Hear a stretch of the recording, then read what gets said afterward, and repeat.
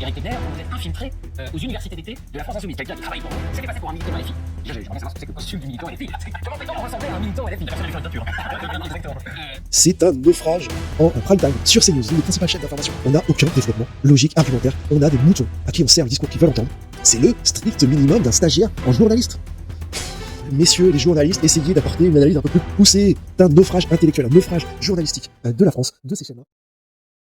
Bonjour et bienvenue sur cette nouvelle vidéo. Frontières une nouvelle fois. Alors on va me dire que je fais une fixation sur Frontières, ce qui est pas faux parce que c'est tellement grave, mais là, ce à quoi j'ai assisté, ce que j'ai vu est tellement grave, m'a tellement énervé, m'a fait naître tellement de haine en moi, de rage en moi, que je ne peux pas ne pas réagir à cette nouvelle dinguerie de Frontières, cette fois-ci sur CNews. C'est pas possible de passer à côté. Donc, qu'est-ce qui s'est passé? Le contexte. La veille où je tourne actuellement cette vidéo, j'ai publié sur ma chaîne une vidéo sur le reportage, entre guillemets, d'infiltration de Frontières au sein de les amphis de la France Insoumise en 2025. Donc les amphis, c'est les universités d'été de la France Insoumise où ils organisent une sorte de festival avec des conférences, des ateliers, des discours, etc. pour réunir leurs militants. Et donc, Frontières s'est infiltré, il nous a sorti un documentaire choc, une infiltration sur laquelle on a réagi, on a bien rigolé, on s'est bien moqué, on a pris ça à la légère, on a vraiment pointé le vide abyssal de cette enquête choc de Frontières.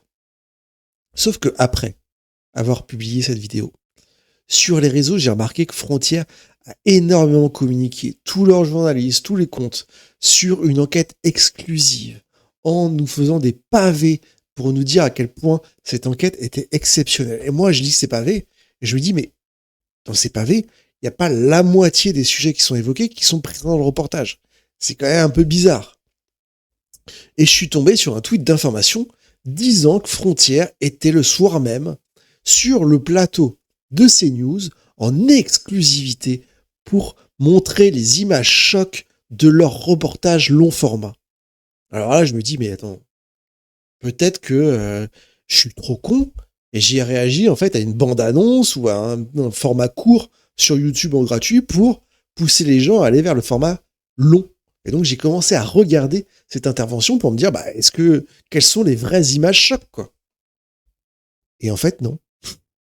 C'est juste le reportage de base, avec les images de base, qui a un traitement incroyable auprès de CNews, et on va le voir ensemble, mène à un débat et des explications, mais incroyables. Et vraiment, je ne pensais pas un jour voir le journalisme, la télévision tomber aussi bas, être aussi représentatif d'un vide intersidéral que maintenant. Alors on va me dire c'est CNews, c'est normal. Moi je regarde très peu CNews, très peu. Je ne m'attendais pas à être confronté à un tel niveau de naufrage journalistique. Et je pèse mes mots. Je pèse mes mots parce que je suis redescendu, parce que hier j'avais une colère mais monstre face à ce que j'ai pu voir des quelques extraits que j'ai vus. Et là on va revoir en entier le passage. On va découvrir vraiment comment a traité dans cette émission exclusive, incroyable, CNews a traité de cette enquête journalistique. Faut pas que je me relance dans cet énervement, je vais essayer de garder mon calme et de garder un peu d'humour pour traiter tout ça, mais je vous avouerai que ça me travaille énormément. Alors, pour compléter encore un peu ma vidéo d'hier, j'avais pas vu non plus la description de la vidéo de Frontières, je n'avais pas lu la description de la vidéo. Et donc, je pense qu'on mérite quand même de revoir cette description. Frontières a infiltré les universités d'été de la France Insoumise. Les controversés amphis, grâce à une équipe en caméra cachée. Au cœur de ces journées d'études à Valence, ville du fichier S, Raphaël Arnaud. Ça pop comme ça, là, ils avaient besoin de parler de fichier S, Raphaël Arnaud. Notre équipe a rencontré le pire de la nouvelle stratégie chaotique du parti d'extrême gauche. Le pire de la nouvelle stratégie chaotique du parti d'extrême gauche. Si vous avez vu ma vidéo React, vous vous rendez compte à quel point c'est aberrant. Et donc ils disent, c'est quoi le pire de la stratégie chaotique du parti d'extrême gauche? Kéfier et drapeau palestinien. Kéfier et drapeau palestinien, c'est le pire de la stratégie chaotique du parti d'extrême gauche. Antisémitisme décomplexé. Alors ça, c'est vrai que c'est très grave. Haine du PS, des anciens alliés de gauche et des riches. La haine des anciens alliés et des riches est le pire que peut nous apporter la gauche. Oh là là. Complotisme anti-média. Oui, ils ont dit qu'ils n'aimaient pas CNews, qu'il leur rend bien. On va le voir aujourd'hui qu'ils ont raison. CNews, qui est une plateforme d'extrême droite qui donne un vrai porte-voix à Frontière, parce que Frontière est toujours chez eux, et encore chez eux, là, actuellement, sur ce reportage. Rappeur transgenre. Je relis. Le pire de la nouvelle stratégie chaotique d'extrême gauche. Rappeur transgenre. Le pire de la stratégie, je me répète, désolé, un chaotique du parti d'extrême gauche, c'est les rappeurs transgenres. Alors déjà, dans votre reportage, dans votre infiltration, vous nous avez montré une personne qui était un rappeur transgenre. Ou en tout cas, que vous le présentiez comme ça. Une personne. Là, il y a des S, donc comme s'il y avait plein de rappeurs. C'était une invasion de rappeurs transgenres qui étaient aux amphis. Et que c'était très grave. Hein. Rien que le fait que ce soit des rappeurs transgenres, c'est très grave. Et dérive inquiétante. Déjà, ça y est, je commence à remonter en pression. C'est dramatique. Donc on va pas perdre plus de temps dans l'introduction. Je vous invite bien sûr, avant, toujours à regarder la première vidéo donc pour le React du reportage pour bien comprendre d'où on part.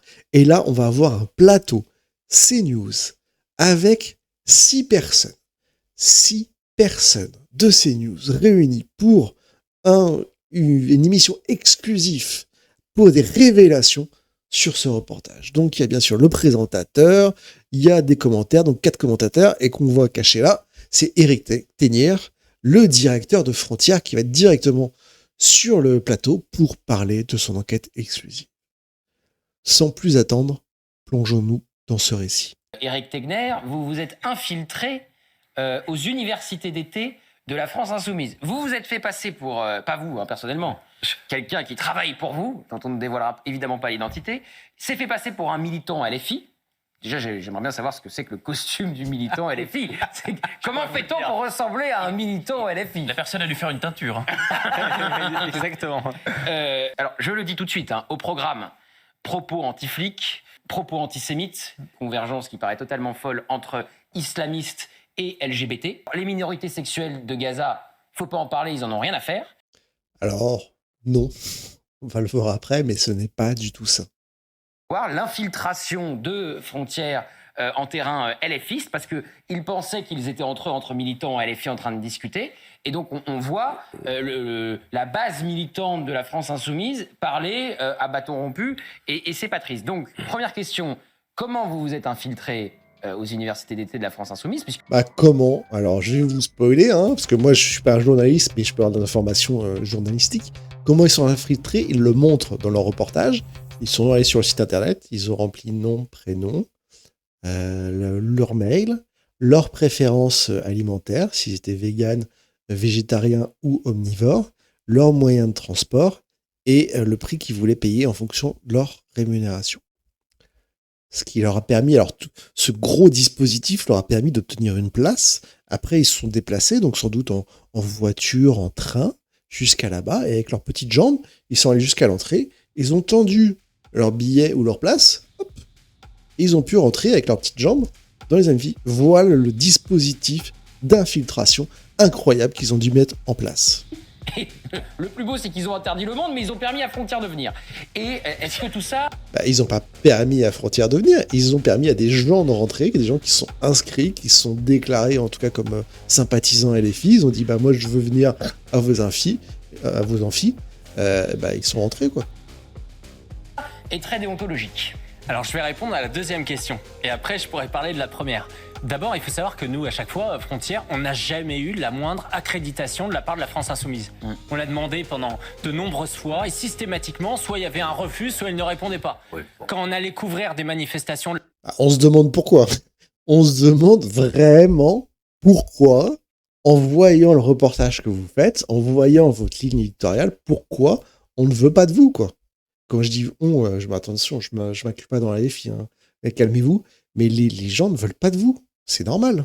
La France Insoumise, les vidéos ont fait des millions de vues. Notre journaliste Jordan Florentin se faisait bousculer, agresser, insulter, souvent même devant les yeux de Sébastien Delogu, qui l'insultait également et qui a encouragé les autres à le rejeter de la manifestation. Donc déjà, pour nous, c'est impossible de faire notre travail. Et on réalise que finalement, tous ces journalistes qui ne nous ont jamais soutenus, qui n'ont jamais osé dire, bah écoutez, même CNews, parfois...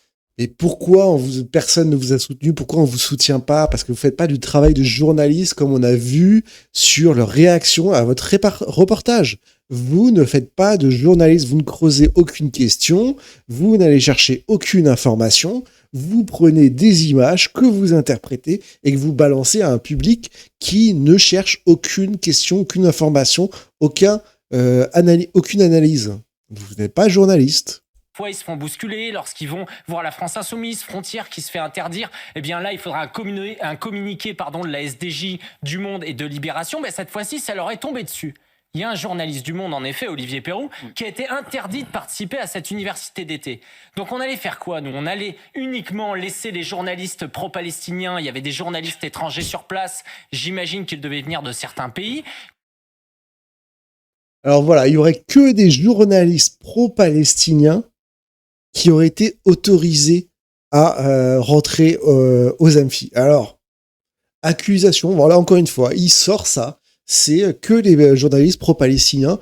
Je vous rappelle que Le Monde, et Libération, c'était sur des journalistes en particulier, pas parce qu'ils étaient anti-palestiniens, ils sont peut-être même pro-palestiniens, mais parce que LFI, à tort ou à raison, là je vais pas me lancer dans ce débat-là, a décidé qu'ils n'étaient pas justes et pas corrects avec eux, mais qu'ils pouvaient autoriser Le Monde et Libération à venir.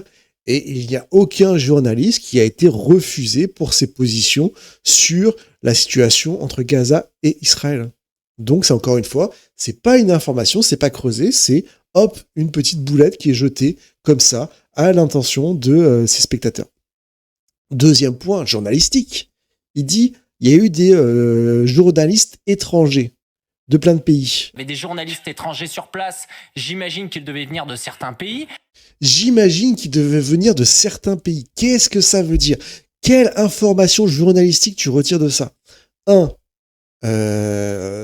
Certains pays, c'est lesquels? Donc, on suppose qu'il insinue que c'est des pays genre islamistes. C'est des pays qui seraient vraiment pro-palestiniens, qui catégoriseraient dans la catégorie des mauvais pays. C'est ce qui sous-entend et ce qui donne à savoir à ses lecteurs.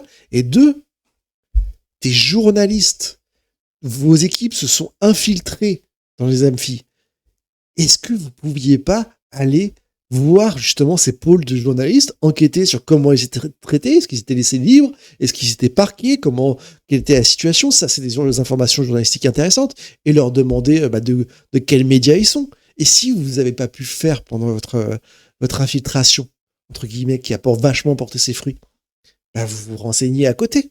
Vous menez une enquête, vous êtes journaliste, vous cherchez à savoir la liste des pays, des journalistes qui sont venus. C'est le strict minimum d'un stagiaire en journaliste. C'est pas possible. Et encore une fois, pour moi, c'est pas de l'incompétence totale. C'est pas de la bêtise totale. C'est de la volonté. Il ne se soucie pas d'apporter des informations ou des choses qui peuvent être argumentées. Il sait ce que son public va manger. Il sait ce que son public va applaudir. Et il le lance comme ça, sans aucune base d'information, sans aucune base logique, juste. Il donne à manger ce que veulent ses spectateurs. Couvrir cet événement éminemment politique de la France Insoumise? Eh bien non, la seule méthode qu'on avait, et c'est déontologique, c'est-à-dire qu'il y a certaines règles dans le journalisme, le fait qu'on ne puisse pas avoir d'autres moyens que d'obtenir des informations par le biais d'une infiltration. Et donc c'est la raison pour laquelle on a décidé effectivement de faire cette infiltration. Moi, sur le principe, quand t'as pas accès, l'infiltration, oui, effectivement, ça permet d'avoir des informations. Sauf que, encore une fois, on a réagi au reportage en entier. Il n'y a aucune information que moi-même, qui ne suis pas journaliste, qui ne suis pas dans les instances LFI, qui ne suis pas militant LFI, j'aurais pu vous donner. En 10 minutes, j'aurais pu vous donner les mêmes informations. Donc, pour moi, principe d'infiltration, pourquoi pas, c'est un moyen journalistique, je ne suis pas contre de base. Mais par contre, vous n'avez rapporté aucune information. Et on va continuer à le faire jusqu'à ce qu'ils nous donnent cette accréditation parce qu'on n'a pas cédé face aux injonctions d'un parti qui se prétend humaniste et qui en fait est le premier à interdire les journalistes. Alors, vous vous êtes déguisé en militant LFI. Qu'est-ce qu'il faut faire pour ressembler à un militant LFI? quoi le portrait Il y a une question de piercing. C'est le désir de Gauthier maintenant. C'est le présentateur, hein. Pas du tout orienté. C'est lui qui doit diriger les débats, qui doit diriger les choses. Il n'est pas du tout orienté. On ne sent pas du tout ses orientations. Pas du tout. C'est tatouage, dit Jean-Claude. Les cheveux bleus ou roses. Les cheveux bleus. Comment on fait Alors, pour déjà, ressembler à un militant LFI? Déjà, c'était pas moi. Parce que Je le dis tout de suite, on plaisante. Oui, hein. c'est de l'humour. Nous sommes caricaturaux. Voilà. Oui, on plaisante, nous sommes caricaturaux. Vraiment, on a l'impression d'être au PMU, quoi. Ou dans un sketch. C'est vraiment ce que ça m'a donné l'impression. D'un sketch, en fait. On se dit pas que c'est possible, sur l'une des premières chaînes d'information de France, d'avoir un tel plateau et une telle réaction. On a vraiment l'impression que c'est des humoristes qui font une caricature d'un magazine d'information. Ah, c'est de l'humour. Hein. Bien sûr. Après, c'est une vraie question. C'est-à-dire que quand on décide qui va y aller, honnêtement, moi, franchement, je suis pas assez bon acteur pour réussir. Vous êtes et donc, j'étais de base Vous êtes trop disqualifié. connu pour Donc, eux. je- pense aussi. Tu tapes une petite mèche comme ça. Vous savez, ceux qui y sont allés pouvaient aussi être reconnus, mais on a effectivement, on a grimé. Il y avait une petite, une petite perruque, une moustache qui était Ah oui. faite, etc. Bien sûr. Ah oui. Et donc ils ont passé. Non, mais c'est Mesrine en cavale, votre infiltration. Bon. Et donc ils ont passé quand même près de 2 jours hein, sur place. Et à la fin, ils ont dû partir parce qu'ils ont quand même réalisé qu'il y avait des gens qui posaient un peu trop de questions. Alors là, j'étais médisant sur la précédente vidéo, puisque les amphis, c'est 3 jours. Donc je me suis dit, 3 jours de présence pour un résultat aussi maigre, c'est scandaleux. Mais là, apparemment, ils sont même pas restés 2 jours. Donc ils ont fait la première journée. J'espère quand même qu'ils sont arrivés tôt, qu'ils n'ont pas fait le trajet le jour même, et qu'ils sont arrivés hyper tard, et que finalement, c'est même pas une journée qui après ils sont partis. En gros, ils sont pas restés longtemps, quoi. Ils ont rien fait. Même pas 2 jours. Ça explique peut-être la nullité et le vide abyssal de leur reportage. Et apparemment, ils ont dû partir parce que trop de gens posaient des questions. Mais t'es en caméra cachée, normalement. T'es un reportage en caméra cachée. T'espères la séquence où on va te virer. T'espères la séquence où les gens vont commencer à venir. Qu'est-ce que vous faites là? Pourquoi vous auriez mis les images si vous les aviez? Si les gens commençaient à vous interroger, à vous poser des questions, vous ne l'avez pas fait parce que vous n'avez pas d'image. Et parce que la raison pour laquelle vous êtes parti, c'est pas parce que on commençait à poser des questions, parce que sinon vous seriez resté pour avoir ces images-là. Vous êtes parti parce que vous aviez la flemme, vous alliez quand même pas consacrer tout le week-end à ça, fallait vite faire le montage, les rushs, etc., pour le diffuser le plus rapidement possible pour que ça colle à la rentrée, etc. C'est ça les vraies raisons. Si jamais il y avait un risque que vous soyez démasqué, que vous soyez sorti Manu Militari, mais alors ça aurait tourné en 4K sur tous vos réseaux, vous auriez fait des scores de malade, vous auriez été trop content. Vous n'avez pas saisi cette opportunité. Vous êtes parti parce que c'est le week-end, bon c'est bon, on a d'autres choses à faire, on n'est pas non plus des forcenés du travail, quoi. Premier extrait, puis je vais tous vous laisser réagir. Le premier extrait est édifiant. Donc, premier extrait hallucinant. Un monsieur qui a donc un stand, qui vend des livres. Déjà, regardez les caricatures d'Emmanuel Macron. Les caricatures d'Emmanuel Macron. Et ensuite... Les caricatures d'Emmanuel Macron. Donc, comme on a vu dans le React, ce que moi je reprochais, c'est qu'on ne montre pas bien les caricatures. Il ne s'arrête pas dessus, il n'analyse rien. J'ai dû moi-même faire un retour en arrière, à mettre en pause, etc., pour qu'on puisse les regarder attentivement et qu'on cherche, qu'on n'ait pas trouvé ce qu'il y avait de problématique. Donc là, apparemment, ils sont 5 sur le plateau. C'est CNews, c'est après le reportage. On va pouvoir avoir une vraie analyse ou pas. Il va dire la phrase suivante, je le cite, « Vous êtes pire que les Juifs », entre guillemets. Voyez le premier extrait. Durant une conversation, il enchaîne les clichés sur les juifs. Je suis collectionneur de tapis, moi. Chaque fois que je vais dans un pays, je ramène des tapis, j'apporte des tapis. Tu sais combien j'ai de tapis chez moi? J'en ai 70. Donc. L'été, je fais mosquée, tu vois. Dehors, là. Ça, je suis dur en affaires, moi. En négociation de tapis, les Bédouins m'ont dit que j'étais pire que les Juifs, si tu veux. Ça va te donner une idée. Alors, tu peux essayer?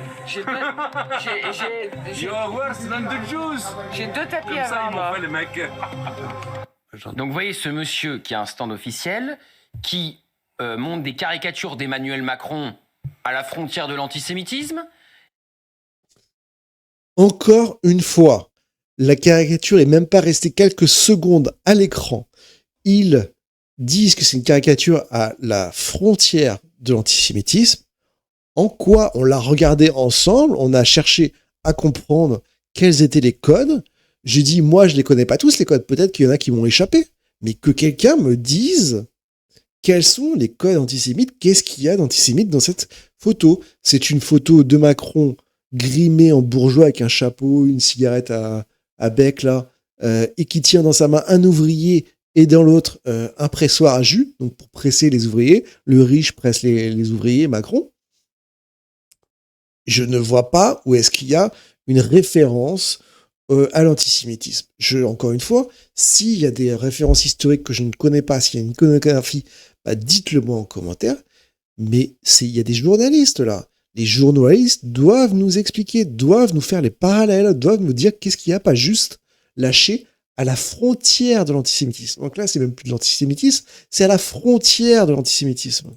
Qui dit cette phrase absolument abjecte, les Bédouins m'ont dit que j'étais pire que les Juifs. Donc les masques. Et ce monsieur a un stand officiel. Bas les masques, parce que il a dit que des Bédouins lui avaient dit qu'il était pire que les Juifs. Parce que dans la société, apparemment, il y aurait des biais antisémites. Bravo, messieurs, dames. Vous avez des biais antisémites dans la société, comme on a des biais racistes, comme on a des biais misogynes, etc. Et qu'en plus, là, il nous dit que c'est des Bédouins qui lui ont dit. Alors, il était tout fier, etc. Est-ce qu'il a des problèmes? Oui, il a des problèmes potentiellement de biais antisémites. Mais c'est pas scandaleux, les gars. Sortez dehors, vous verrez qu'il y a bien pire que ça. La France a un problème d'antisémitisme. Et là, oui, il y a des biais qu'il faut lutter contre. Super. Aux universités d'été de la France Insoumise, Rachel. Franchement, je découvre ces images. Et c'est pas fini, hein, j'en ai d'autres. Hein. Non, mais c'est vertigineux. Enfin, ce truc, et puis d'être content. C'est vertigineux. Mais c'est dans quel monde on est, quoi? Être heureux de le dire. C'est-à-dire que, en général, on commente l'actualité avec les drames par rapport à la haine du juif qui sont perpétrés. Mais là, c'est dans la joie et dans la bonne humeur que l'on peut dire qu'on est pire que les juifs, etc. Donc on a des propos profondément antisémites dans une forme de banalisation tout à fait tranquille et revendiquée. Oui, c'est une forme de banalisation, et encore une fois, il faut lutter contre ces clichés repris, banalisés, mis en avant par notre société, notamment par nos médias, qui ont été mis avec le juif commerçant, négociateur âpre, riche, etc. Dans les médias, on a eu toute la génération où on a eu 3 films à grand succès français, La Vérité si je mens 1, 2, 3, qui reprenaient ces clichés. Dans les médias américains, dans les films américains, l'image du juif commerçant de diamants, c'est dans tous les films, dans tous les choses. Il y a toute une culture qui a créé un peu des clichés d'atmosphère et sur lesquels il faut déconstruire, il faut changer. Mais de dire que c'est de la haine pure et dure, que c'est abject, etc., si l'antisémitisme c'était que ça en France, on aurait gagné. On aurait été une grande victoire déjà, parce qu'on parle de beaucoup plus loin, de beaucoup plus grave, ce qu'on a en France. Et qu'elle soit choquée à ce point-là de découvrir ces clichés, ces amalgames, ces biais antisémites racistes, elle vit dans un autre monde. Les caricatures d'Emmanuel Macron. Franchement, les caricatures d'Emmanuel Macron, il y en avait déjà eu en vie. Mais les caricatures d'Emmanuel Macron, expliquez-nous ce qu'il y a sur ces caricatures. D'ailleurs, vous parlez de caricatures au pluriel. on n'a vu qu'une seule caricature. Donc s'il y a bien pire, s'il y a d'autres choses vraiment problématiques, montrez-les-nous. S'il n'y en a pas d'autres, vous parlez au singulier, c'est une caricature, et vous nous expliquez qu'est-ce qu'il y a de problématique dans cette caricature. Encore une fois, moi je suis ouvert, je ne connais pas tout, je n'ai pas la science infuse, il y a peut-être des références qui me manquent, mais je ne les ai toujours pas. Après une enquête de Frontières, après un plateau d'experts, entre guillemets, de CNews, on n'a toujours pas d'informations. Et d'ailleurs, tout à l'heure, c'était à la frontière de l'antisémitisme, et maintenant, c'est carrément antisémite. Il n'y a plus de frontière. Là, on a passé la frontière. C'est terminé. Donc ça évolue au fur et à mesure de l'émission. Plutôt bon là-dedans. Oui. Sur les caricatures, bah oui. Ou de celle de Cyril Hanouna qui reprenait les codes d'un film néerlandais nazi des années 30. De Goebbels. Donc là, voilà, sur une caricature, vous expliquez pourquoi vous interprétez ça de manière antisémite. Vous dites, ça reprend les critères, on a vu des parallèles, on a vu des comparaisons, il y a une construction logique autour de ça. Et il n'y a pas ça sur celle que vous avez vue aux amphis. Faites un travail journalistique, d'information, d'éducation de vos spectateurs et expliquez-nous. Le juif éternel, oui. Le juif Ouais, éternel, bien sûr. Donc ils sont habitués à la France Insoumise. D'un autre côté, on est au cœur du réacteur, ils peuvent se lâcher, c'est l'entre-soi. Oui, c'est vrai. Donc on peut dire absolument n'importe quoi, on ne va recueillir que l'approbation de celui auquel on s'adresse. Donc Alors là, donc on peut se lâcher, etc. Si vraiment se lâcher, aller au maximum, c'est les images que vous nous avez montrées, bah, je suis rassuré, moi. Quand je vais sur les réseaux, je vois 10 000 fois pire et 10 000 fois plus grave. Là, c'est juste des clichés. Il n'y a pas eu de haine, il n'y a pas eu de on veut les tuer, on veut les faire quoi que ce soit. Ah, ça va encore. Hein. Vous allez dire, je relativise, mais on est tellement habitué à avoir des biais racistes, à avoir des comportements racistes, antisémites, homophobes, contre les femmes misogynes, etc., que peut-être que je suis insensibilisé, mais je ne vois pas en quoi c'est une affaire d'État. Quoi. finalement, il n'y a pas de drame. Mais moi, c'est ce qui m'a le plus surpris. C'est-à-dire que il fait sa blague, mais les autres, ils rient. Il n'y en a aucun qui dit « Non, mais attendez, on peut pas dire une chose pareille. » C'est ça qui est extrêmement surprenant, Surtout, quand même. Il vend des prospectus, des livres, Ouais. avec en une l'effigie du président de la République caricaturée au bord de l'antisémitisme. Parce que j'ai eu peur qu'il allait dire que uniquement que le fait de caricaturer Emmanuel Macron, c'était grave.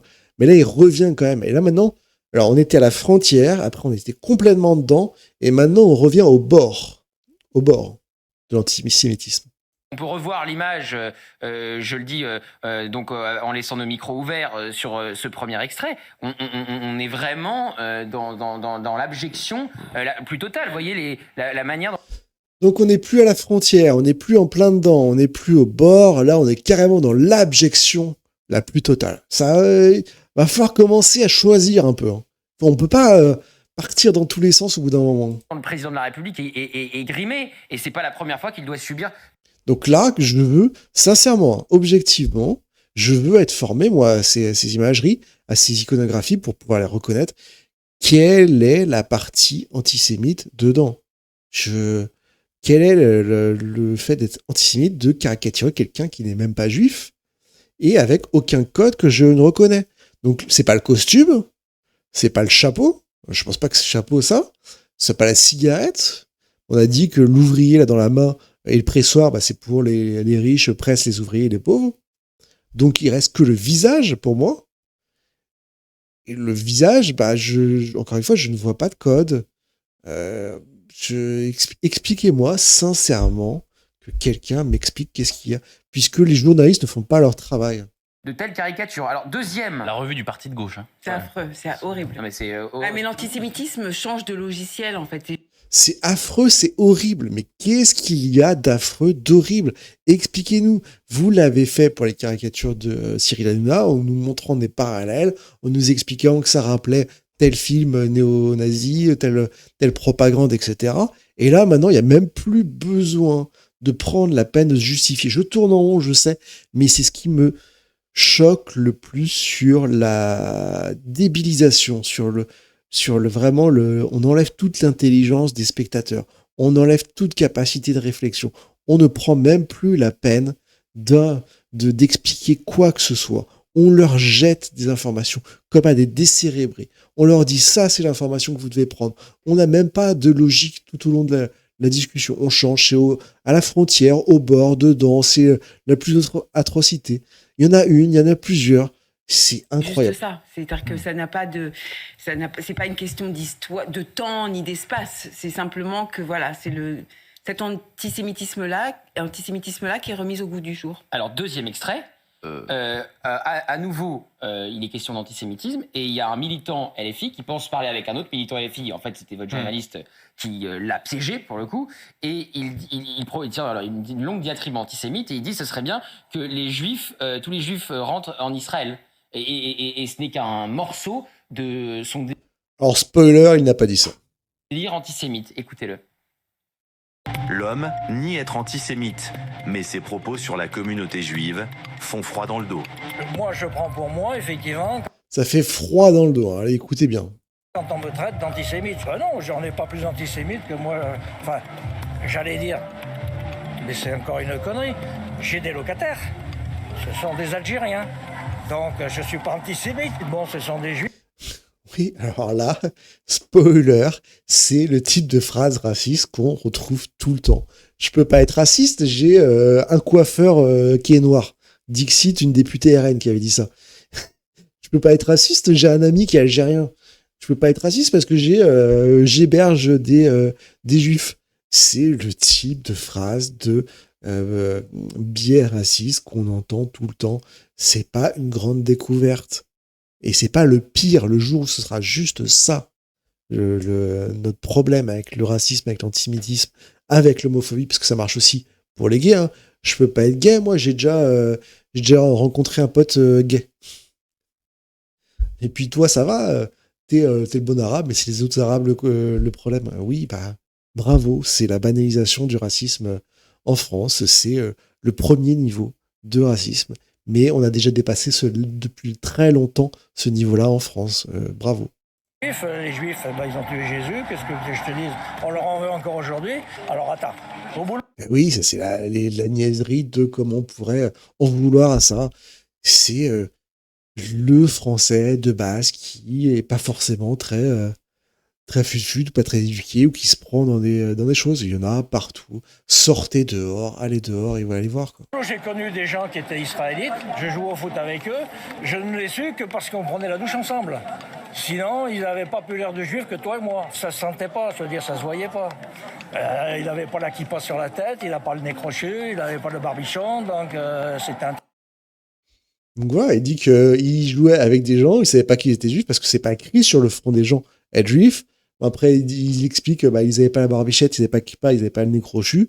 Alors, pris comme ça, on peut se dire oui, c'est un biais raciste. Il dit que les juifs ont le nez crochu, mais on ne connaît rien de leur discussion. Là, je me fais l'avocat du diable parce qu'ils font pas le travail de journalistique. Mais est-ce que il s'est mal exprimé? Est-ce qu'il pensait vraiment ces paroles-là? Est-ce que c'était juste pour dire que tous les clichés qu'on donne dans la société, ils sont pas vrais? On n'en sait rien. Quand tu es journaliste, même quand tu es en infiltration, tu vois ce genre de phrase, tu essaies de dire ah ouais, vous pensez ça, pourquoi vous dites nez crochu, vous pensez que les juifs sont des nez crochus et que ça, tu essaies de compléter un peu cette pensée. Là, c'est juste, ils ont eu la bonne phrase, ils se sont dit hop, on arrête, hop, c'est parti. Donc, encore une fois, je répète, c'est pas pour banaliser. Vous allez dans les électeurs de LFI, je suis persuadé, je suis prêt à vous parier qu'il y a des gens qui sont racistes, qu'il y a des gens qui sont antisémites, il y a des gens qui sont homophobes, il y a des gens qui doivent faire tout et n'importe quoi. Oui, parce que c'est un reflet de la société. Et dans la société française, il y a des gros problèmes d'antisémitisme, de racisme, d'homophobie, de misogynie, etc. Et que les LFI, n'importe quel parti, n'est pas exempt de tous ces défauts de la société. Personne ne dit que dans LFI, il n'y aurait pas tous les défauts de la société. Et je ne minimise pas, je dis que c'est un grave problème dans la société. Les images qu'on voit sont malheureusement banales et sont vraiment le premier niveau. Même moi, qui ne suis pas juif, j'ai été confronté à beaucoup plus d'antisémitisme que les phrases qui ont été dites, et beaucoup plus violent. Alors que je ne suis même pas. J'ai vécu ça. Et c'était il y a 20 ans. Ok ? Il n'y avait pas encore LFI, il n'y avait pas encore toutes ces discussions-là. Donc qu'on en fasse tout un plat pour des phrases de PMU, encore une fois, appelez-moi, interviewez-moi, je vous montre comment retrouver bien pire chez des électeurs qu'on croiserait dans la rue et on tomberait sur des électeurs LFI et on leur fait dire bien pire que ça. Comme tous les partis. Très bon copain. Mais je sentais, par contre, dans sa manière de vivre, une réserve. Et je le savais, on n'en a jamais parlé, mais je le savais parce qu'on prenait la douche ensemble. Moi, personnellement, les Juifs, ils ont le droit de vivre comme les Français, comme les Allemands, comme les Belges.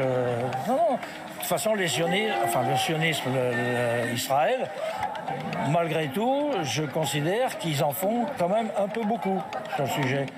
Les Juifs, à la limite, ils ont eu un État à un moment, il faudrait qu'ils restent dans leur État. Mais maintenant, ils sont tellement nombreux et ils veulent tellement tous réussir que c'est difficile, il leur faut accaparer des terrains. Donc, c'est une histoire sans fin. Ce monsieur qui a sans doute des biais antisémites, qui est sans doute également très maladroit, moi, je lui en veux pas plus que ça. Il a l'air pas méchant, ce monsieur. Il n'appelle pas à discriminer, il n'appelle pas à de la haine, il n'appelle pas à la violence. Il dit ils peuvent vivre comme tout le monde, ils ont le droit de vivre comme tout le monde. Voilà. Et il y a des générations qui ont été bercées par ces tropes, par ces biais, et qu'on doit réussir à déconstruire, nous, en tant que société. J'ai parlé de tout la séquence La vérité si je mens. Il y avait aussi tous les humoristes qui reprenaient ces clichés sur le juif commerçant, etc. Bah, comme les Gad Elmaleh, par exemple, qui faisaient tous des sketchs là-dessus. On a eu toute une période où c'était bien vu dans la société de faire ces sketchs, cet humour-là. Et ben, au fur et à mesure, on déconstruit, on essaye de s'améliorer en tant que société. Bah, ça laisse des traces, des éducations, etc. Mais lui, il n'est pas méchant. Il n'appelle pas à leur extermination. Il dit, voilà, ils peuvent vivre tout le temps. Il s'exprime peut-être mal sur l'État d'Israël, où ils disent qu'ils doivent rester dedans, mais il n'appelle pas tous les Juifs du monde à aller dans l'État d'Israël et d'y rester.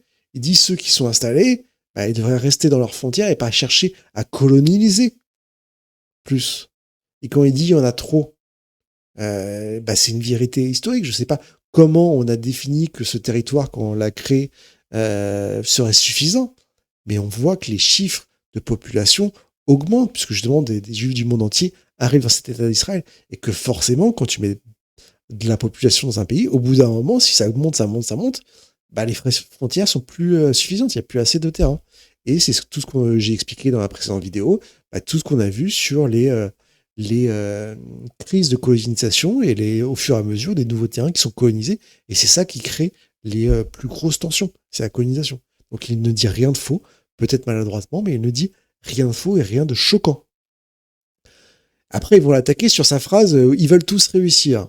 Mais encore une fois, c'est une phrase hors du son contexte, peut-être maladroite. Ils vont dire que c'est cliché du juif qui veut réussir, etc. Bah, on ne sait pas, il fallait un peu plus creuser avec lui. Quand tu dis ils veulent tous réussir, qu'est-ce que tu entends, etc.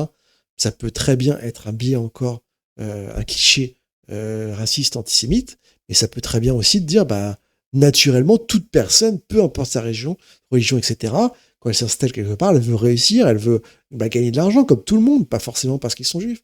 Et là, ça va être pris comme une attaque antisémite.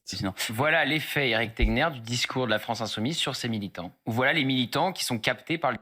Donc l'effet de la France Insoumise sur ses militants, ce serait ça. Si jamais, en France, le problème de l'antisémitisme se résume à ça, eh ben, on aura fait de grandes victoires. Parce que, comme je vous dis, on est bien plus haut dans la violence, dans la haine, que ces quelques mots. C'est incroyable. Discours de la France Insoumise. C'est hallucinant, hein, c'est le soir, donc effectivement, il se libère un petit peu plus. Pardonnez-moi, il pense parler en confiance, donc on comprend ce qu'il dit. Il dit quoi? Il dit dans le fond, j'ai pu avoir un locataire juif parce que il avait pas l'air trop juif, il avait pas le nez crochu, etc. Donc d'une certaine façon, ça pouvait le faire. Et je serais d'accord d'être sioniste d'une certaine façon si tous les juifs allaient en Israël et qu'en gros, ils quittaient la Il ne dit absolument pas ça. France. Et enfin, il y a cet aspect quand même hallucinant où il va expliquer, bah, aujourd'hui, vous savez, c'est la caricature du juif, c'est-à-dire aujourd'hui, les juifs veulent tous réussir, donc ils vont être dans une logique impérialiste et ils vont prendre des territoires. comme je vous explique, là, il surinterprète. On ne sait pas. C'est une interprétation possible, mais on n'est pas juste dans des hypothèses. Normalement, tu es journaliste, tu essayes de creuser ton interview, que tu sois en caméra cachée ou pas, tu es dans une discussion, tu peux relancer, tu peux orienter un peu tes questions pour mieux comprendre ton interlocuteur. Ça va pas te démasquer. Ça ne va pas te démasquer. Tu fais ton travail de journaliste. Tu ne dis pas, ça répond à ma pensée, donc je vais prendre cette hypothèse-là. T'étudies et t'approfondis. Encore une fois, il ne fait pas cet effort-là parce qu'il sait très bien que ses spectateurs, comme on a pu le voir en commentaire, tous ces spectateurs vont prendre ça pour argent comptant. Mon grand Éric Ténier a dit ça, donc je prends ça. Mais réfléchissez, respectez votre intellectuel. Commencez à réfléchir. C'est proprement hallucinant. Il y a tout ce discours. C'est là on voit que l'antisionisme et de l'antisémitisme dans la logique même qu'ils ont vis-à-vis des Rachel, choses. je vois Non, mais halluciner. je peux pas. Là, c'est même plus un raccourci. Là, c'est le raccourci Mario Kart de fou. Quoi. Là, je peux pas commenter. Pourquoi vous pouvez pas commenter? C'est trop. Je suis désolée, mais c'est à vomir, quoi. C'est trop. C'est trop parce que en fait, c'est simplement. Bon, j'en parle souvent, mais quand on a un grand-père qui vous dit ils reviendront et qu'il vous raconte des histoires de ce qui a pu se passer pendant la guerre, des propos qui ont pu être tenus pour mener à l'extermination, là, d'entendre ces propos-là, c'est trop pour moi. C'est trop. C'est quand il dit il ne sentait pas, enfin, c'est-à-dire que c'est trop. C'est pardon, je peux pas. Je peux pas. Enfin, en tout cas, je vous salue d'avoir mené cette enquête et d'avoir pu relater l'ensemble de ces propos, parce qu'en fait, on ne se rend pas compte. Et c'est pour ça aussi que le président de la République, il se rend pas compte de ce qui se passe, en fait. Il se rend compte comme ça en surface. Il y a eu des faits, oui, une enfant s'est fait violer à Courbevoie, oui, un tel a eu un problème dans une synagogue, etc. Mais ce genre de propos-là, de ce que ça raconte, de là où nous en sommes, c'est trop pour moi, en fait. Jules, cet extrait montre... Ah mais attendez. Elle ne peut pas supporter ces mots-là. Donc elle dit qu'elle n'est pas sur les réseaux sociaux. N'y allez pas. Les réseaux sociaux sont pires et sont beaucoup plus représentatifs de ce qui se passe en France sur la violence, sur l'incroyable niveau de violence antisémite qu'on peut avoir dans les propos. Je ne comprends pas comment tu peux te mettre dans ces états-là pour les quelques phrases quand on sait ce que c'est vraiment l'antisémitisme. Et après, elle nous dit, ok, dans les infos, on a une fille qui était violée, etc. Elle met des crimes en comparaison avec ça. C'est d'une incroyable folie. C'est d'une folie. Surtout qu'elle dit ça, choquée, etc. Alors, je suis désolé, si je la reprends comme ça sur son émotion, pour moi, c'est pas possible que ce soit pas fin. Ce n'est pas possible. Dans quel monde elle vit, quoi. Je rappelle, elle est sur un plateau. Elle est assise à côté de Éric Ténier, directeur de Frontières, média ouvertement raciste, ouvertement d'extrême droite, contre l'immigration, etc., dont ses lecteurs vous regardez les commentaires de leurs lecteurs, de leurs spectateurs, sont d'une horribilité raciste. Éric Ténier, qui a embauché, et je me répète 15 000 fois, mais qui a embauché Nicolas Faure, sur lequel vous avez une vidéo, Nicolas Faure, qui propage dans les médias qu'il a créés, dans les médias qu'il a fait, l'idée d'une hiérarchie des races en fonction de la biologie, en fonction de la génétique. Vous vous rendez compte de la dinguerie? Elle est sur ce plateau à côté du chef de cette personne, donc qui cautionne ça, parce que c'est des émissions publiques qu'il a faites, c'est des médias publics qu'il a fait, donc il cautionne ça. Elle est en plus de couleur, donc dans la rhétorique, dans la logique qui sont portées par ce média, elle est biologiquement inférieure à eux.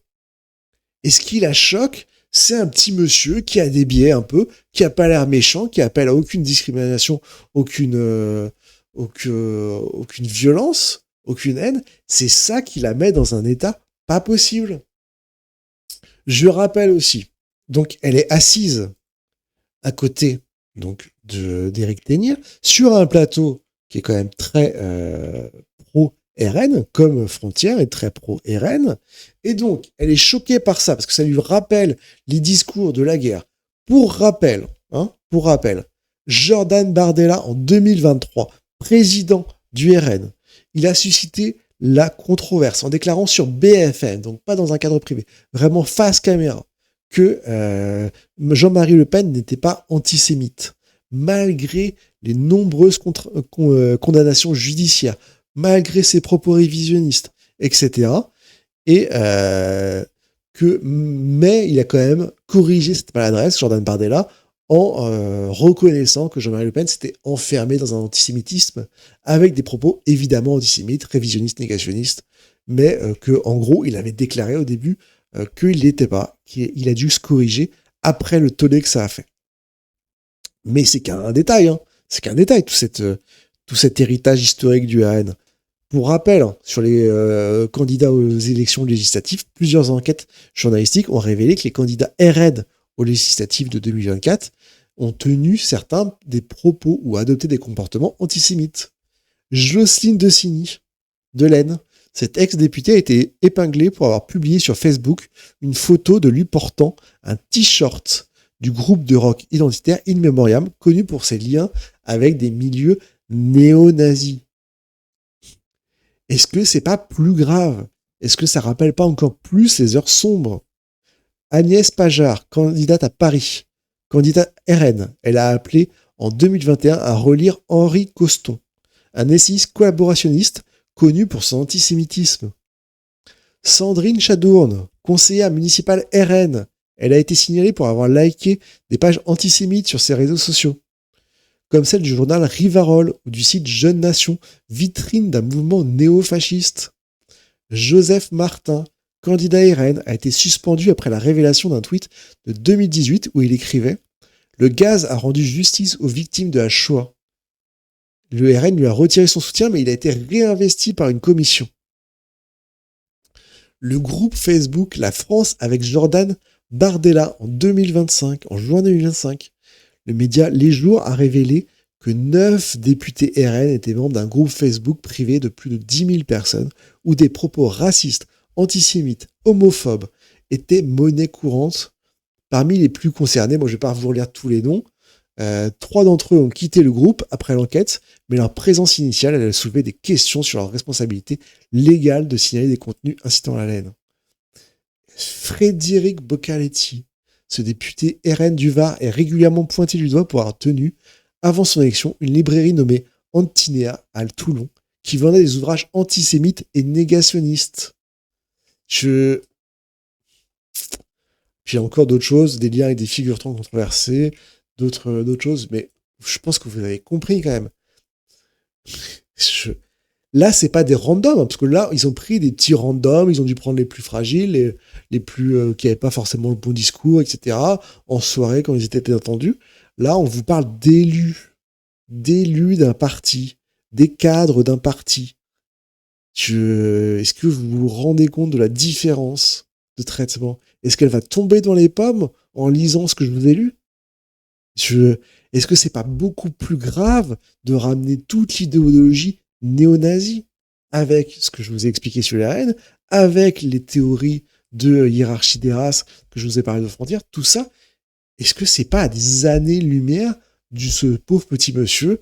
Je lui veux vraiment pas de mal, il a l'air tout gentil, mais oui, des petits vieux qui n'ont pas des bons discours, des petits vieux qui n'ont pas les bons trucs, oui, il y a aussi des petits jeunes qui ont des discours horribles, etc. Bah oui, bravo, il faut essayer de les recadrer, etc. Mais ils ne militent pas, ils ne font pas d'action contre ces minorités. Au contraire de ceux qu'on a vus sur le RN qui, eux, agissent, militent, font de la propagande contre les minorités. Là est toute la différence. Enfin bref. Une part de militants de la France Insoumise, ce qu'ils peuvent penser. On a quand même 2 exemples, avec un monsieur qui vend des livres et un autre, un militant. Et comment Oui, 2 exemples. En gros, vous avez sorti tout le reportage. Là, les 2 exemples qu'on a vus, c'est vraiment ce qui pouvait être le plus problématique, on va dire, entre guillemets, de tout le reportage d'infiltration. Ça y est, ils ont donné la totalité. Ce discours, le lavage de cerveau que ça peut produire chez ces militants, ou alors, autre possibilité, des militants clairement antisémites qui sont attirés par ce discours. Non, mais il y a plusieurs choses. D'abord, il y a historiquement un antisémitisme de gauche. Vous lisez ce qu'a écrit Proudhon, vous lisez ce qu'a écrit Bakounine, il vous parlait de renvoyer cette sale race en Asie. Donc historiquement, il y a aussi un antisémitisme à gauche, il n'est pas seulement le fait... Bravo! Incroyable! Il vient de découvrir qu'il y avait des antisémites à gauche. Et personne n'a jamais prétendu, en tout cas pas moi, qu'il y avait un parti politique qui était épargné. Pour moi, les partis sont le reflet de la société. Et il n'y a pas un parti qui, miraculeusement, aurait aucun des maux de la société dans ses électeurs ou dans ses intellectuels, même présents et surtout passés. Passés, c'était une autre époque. Donc oui, si on prend toutes les paroles des intellectuels passés, il y a des choses problématiques. On est sur des évidences. Bravo, monsieur à lunettes. De l'extrême droite qui, en effet, a organisé, pour le coup, un antisémitisme d'État au milieu. Ah, quand même! Il fait la différence entre l'antisémitisme de gauche qui a eu des pensées, qui a eu des paroles, et l'antisémitisme de droite qui a organisé, qui a agi, qui a vraiment mis en place. Encore une fois, il y a la différence entre avoir des biais, avoir des pensées racistes et militer, agir, faire des actes. Il y a quand même la différence. Moi, petit Robert... petit Roger au fond du PMU qui dit « Oh, les Arabes, tous des connards ou tous des voleurs », je m'en fous. Je vais pas aller lui me prendre la tête si, à côté de ça, il n'empêche pas d'avoir des logements, s'il n'empêche pas d'avoir du travail, si il ne milite pas activement auprès de ses amis, aller parler aux Arabes, etc. S'il est tout seul dans son fond de PMU à dire ces petites horreurs, c'est beaucoup, infiniment moins grave que le militant qui va aller soutenir Frontières, etc., faire des manifestations, faire des ratonnades, aller faire des tags racistes, antisémites, aller faire des actions, etc., aller militer, en faire vraiment un mouvement politique. Il y a une parole qui est extrêmement libérée. D'ailleurs, c'est les premières universités d'été où ils le font en vase clos. C'est-à-dire que là, il y a quasiment que des insoumis. Dans des personnalités hors, il y a que Sandrine Rousseau et Benjamin Lucas, qui sont l'aile très à gauche de la gauche, qui ont décidé de venir. Donc, évidemment... Messieurs les journalistes, essayez d'apporter une analyse un peu plus poussée. Je ne pense pas que c'est une décision de cloisonner tout le parti. Vous n'avez pas dû louper, vous n'avez pas dû passer à côté du fait qu'il y a une guerre à gauche de plus en plus poussée entre les différentes composantes du NFP. Vous n'avez pas dû passer à côté du vrai divorce qui existe entre le PS et LFI. Vous n'avez pas pu passer à côté. Bien sûr qu'il y a beaucoup moins d'intervenants extérieurs des deux autres partis. Et encore, il y a quand même des intervenants, il y a des journalistes. Vous avez pu rentrer, Frontières a pu rentrer sans aucun contrôle. Il n'y a pas eu d'autre chose que de s'inscrire sur le truc. Il y a eu des intervenants aussi comme Charles Consigny, qui est LR. Et donc, encore une fois, je me rends compte que je suis obligé de faire l'avocat de LFI, mais c'est pas ma volonté, mais c'est tellement le néant et le naufrage journalistique que ça m'énerve tellement que je suis obligé de tout faire. Qu'ils ont un discours où ils sont complètement en roue libre. Et évidemment, moi, je ne suis pas du tout choqué de ce genre de choses. Si vous allez un petit peu sur les réseaux sociaux, des paroles antisémites, vous les voyez. Quand vous avez les actes antisémites qui ont augmenté depuis le 7 octobre 2023, ça ne m'étonne pas. Et je vous rappelle quand même, là, ce sont seulement des mots. Mais la religion juive est la seule qui concentre plus d'attaques à la personne que d'attaques contre les biens. C'est la seule. Pourquoi ? Parce qu'il y a une parole qui est évidemment complètement éclatée et qu'aujourd'hui on s'en prend à des juifs. Donc là c'est des paroles, mais le pire c'est ce qui peut arriver parfois dans la rue et qu'on a eu à commenter ces derniers temps, c'est-à-dire des agressions pour ne pas dire des meurtres. Mais c'est l'étape suivante. C'est l'étape suivante, c'est-à-dire que... C'est l'étape suivante. Alors mon petit Roger du PMU, là ça y est, c'est l'étape suivante. C'est tout ce qu'on a lu sur les cadres du RN, sur les proximités néofascistes, etc. Ça, c'est pas du tout grave. Par contre, le petit Roger PMU, alors là, lui, c'est l'étape juste avant les violences, quoi. Vous avez la parole antisémite qui ensuite enclenche des agressions. Avant d'armer avec des armes, on arme la morale, on arme avec des mots, on arme idéologiquement. Je vois comme ça vous... je me permets d'en parler parce qu'on est ensemble sur le plateau. Rachel, je vous connais depuis maintenant janvier dernier. On a fait pas mal d'émissions ensemble. Je vois comme ça vous atteint ce qu'on est en train de diffuser. On ne s'attend pas quand même à entendre ce type de discours dans une université dite de la France insoumise. Ah bon? On peut, moi... Ah, les militants, vous pensiez, vous êtes surpris, vous tombez de votre chaise. Je suis d'une grande naïveté. Ah bah oui, vous êtes d'une grande naïveté, Et oui. encore une fois, entendre ce genre de discours dans un lieu où, a priori, c'est pour ça que je posais la question sur tout à l'heure, qui sont-ils? Est-ce que ce sont des ouvriers? Mais pourquoi, dans un rassemblement, tu ne pourrais pas entendre ce type de discours? Et encore une fois, on a l'impression, et vous vous rendez compte le temps là qui passe sur ces quelques phrases, hein, c'est la totalité de ce qu'ils ont trouvé. La totalité de ce qu'ils ont trouvé. Pourquoi tu ne pourrais pas entendre ce genre de phrases? Comme s'il y avait un filtre qui tamisait la société française et qu'aux universités d'été de la France insoumise, il y aurait aucun raciste, aucun antisémite, aucun LGBT-phobe, il y aurait que des gens bien. Alors, vous les estimez beaucoup, mais encore une fois, c'est le reflet de la société, c'est des gens, voilà, dans l'assistance.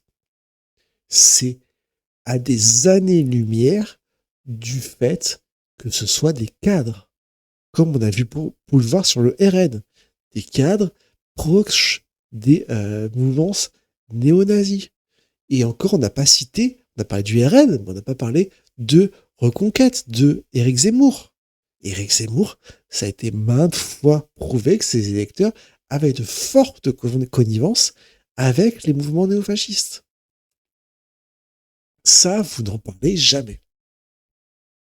Est-ce que ce sont des employés? Mais non, les ouvriers, ça fait longtemps qu'ils se sont détournés de la France insoumise, Jean-Claude. Hein. Il peut peut-être en avoir quelques-uns quand même. Oui, Est-ce que ce sont des étudiants, etc., etc. Parce que je suis surpris d'un discours comme ça qui paraît naturel chez ce personnage et qui est profondément, comme tu as raison, qui est profondément antisémite. Donc il y a quelque chose qui tourne plus rond dans... alors moi j'ai lu La Meute cet été, donc je suis pas en même...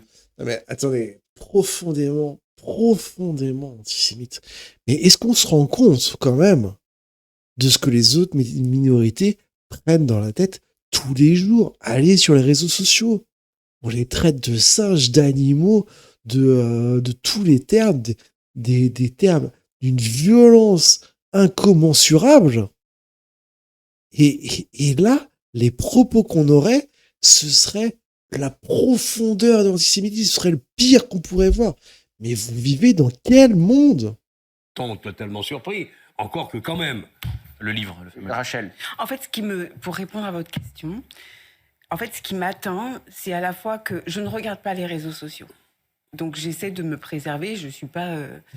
voilà. Je préfère me protéger de ça, mais de l'entendre de la bouche de cet homme, d'un concitoyen, dans le concret, qu'il renvoie finalement tous les Juifs à Israël, je me dis aussi en creux... Il n'a pas dit ça.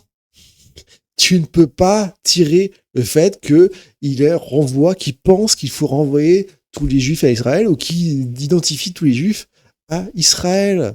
On a une phrase, on ne sait pas ce qu'il pense concrètement. Il n'a pas dit ça. Que la politique qui est menée aujourd'hui, avec cette lâcheté, avec ces renoncements, avec cette faiblesse par rapport à sa position internationale, à dialoguer gentiment avec le Qatar, qui a protégé les terroristes le 7 octobre, je me dis en fait, tout est fait pour justifier finalement l'existence d'Israël, ce refuge. Et quand on parlait hier de nos compatriotes juifs qui veulent partir, en fait, c'est pas une lubie, c'est pas du brainwashing. C'est-à-dire, c'est au quotidien. Et les mots de cet homme, très simples, très directs, mais sont d'une violence. Et alors, vous en avez... Mais attendez, d'une violence. Encore une fois, je vais passer pour celui qui banalise. Peut-être que c'est les réseaux sociaux qui m'ont matrixé, mais la violence des discours racistes, parce que l'antisémitisme, c'est pas que la religion, hein, c'est le peuple. L'antisémitisme, c'est le peuple et les populations. Ces discours racistes sont d'une violence incomparable à ce qu'on a pu voir dans ces quelques phrases. Et le fait que ces phrases-là justifieraient de partir de la France, mais vous vous rendez compte ce qu'une personne arabe aujourd'hui en France se mange quotidiennement dans la tête comme parole, comme brimade, comme violence, c'est incomparable. Et là, le fait que, de loin, un gentil petit monsieur a juste fait ces commentaires-là, demain, si on avait le même niveau de violence sur les Arabes que ce petit monsieur-là, eh ben, je trouverais qu'on a fait un grand pas. Encore une fois, je ne comprends pas cette émotion. Et pour rappel, encore, je me répète encore, je vous ai lu tout ce qui concernait le RN sur ces questions-là. C'est beaucoup plus grave. Ça ne la choque pas. Ça ne la choque pas. Le fait qu'elle est à côté d'une personne qui embauche un journaliste qui fait des hiérarchies des races par la biologie, par la génétique, ça lui paraît pas encore d'un niveau plus incroyable, plus choquant. Elle n'a aucun problème là-dessus. C'est la folie. Et on a commencé à en parler hier et je vais me permettre d'y revenir parce que en disant ça, vous parlez aussi de vous. Vous nous disiez hier, c'est la première fois que vous le disiez, la première fois que je l'ai entendu de votre bouche, que vous-même, vous pensez à quitter la France. Oui, en fait... À cause de propos pareils. De propos pareils et puis de cette insécurité permanente, puisque aujourd'hui on voit bien que quelles que soient les classes sociales, quel que soit le milieu, que ce soit culturel, que ce soit dans un match de foot, festival de Cannes, festival d'Avignon, un concert à Rock en Seine, que ce soit une entreprise optical, je sais pas quoi, optical center, en fait, dans une entreprise, dans la rue, dans les métros, dans l'avion, dans la mer, sur terre, et même lorsque l'on est mort, on ne veut pas, on ne veut pas du juif sur terre.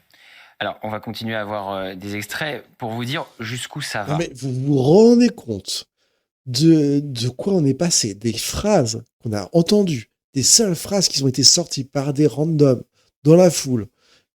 Ces seules phrases-là, elles en concluent qu'on ne veut pas des juifs sur Terre. C'est de la folie. Ils accusent Coca-Cola d'être des alliés du génocide qui serait en cours à Gaza. Et donc, la France Insoumise, pour le coup, a décidé de mettre en place une boisson qui s'appelle Palestine Cola pour que les bénéfices soient reversés à Gaza. Et tout ça est mis en scène par Ercilia Soudet. Donc, vous l'avez montré dans votre documentaire, Eric. Regardez cet extrait. Nous décidons de nous rafraîchir à la buvette. Ici, on ne sert pas de soda traditionnel, mais du Palestine Cola, une marque suédoise qui promet de reverser 100% de ses bénéfices pour la Palestine.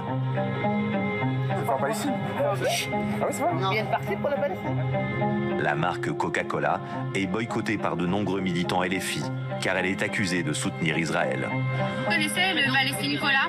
Eh bien, contrairement à Coca-Cola, ça n'a pas le goût du sang. Et moi, je bois à la non-santé des génocidaires.